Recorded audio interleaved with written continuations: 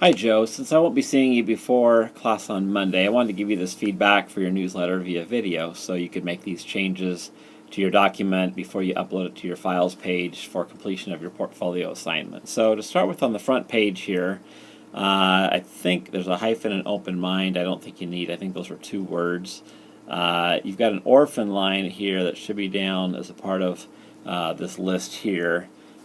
So I would just bring that back underneath there, and then that would actually allow you, with your video, if you move that line down, then you could actually, move your video up here, and then you'd end up with a column with kind of, generally we want to try to tie in so each piece is a unique unit there. So the bottom of your text would align with the bottom of your picture there.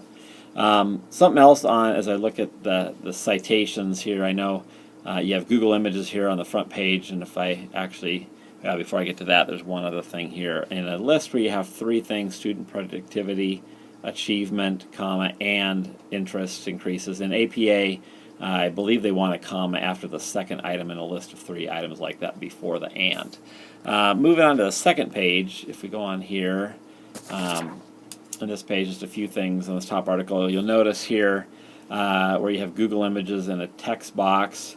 And actually that one is different from the Google Images you have down here in the bottom, both in terms of your font and then as well as the kind of way it's in the text box and covers the top of the picture in the one and not the bottom. Probably, since all your images are from Google Images, I would just say to somewhere in your newsletter to cite all images from Google Images. They don't need to put that under each specific item.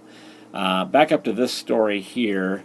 Again, kind of like I talked about on the front page, I would probably bring a couple more lines of text down here, so you have a few more lines of text, which would shift all this information up, and then basically you'd have your column, bottom of columns right there for both sides, and I think that would clean that up. Here's another one where I think you have another comma that would go after economic here, kind of the same comma as I made on the last page there. For that. This last paragraph here needs to be indented to match the indentations you have on your other paragraphs, so you might just make that indentation note there. Moving on down the page, I would, on your email, I would probably try to maybe make this column a little wider here if you could, so that the OM is up here with the com, so you have the com all together. Generally, you try not to break up a URL there if you can help it, and then that would also up above kind of accomplish the same thing here, where you have totalitarianism kind of on the separate line from unit. So if you could widen this column out, maybe it might mean narrowing these other columns a bit to do that, but I think overall you'd have a little more pleasing look and readability. Up here on an Industrial Revolution, you got an extra line spacing there, so you could delete that extra line spacing right there.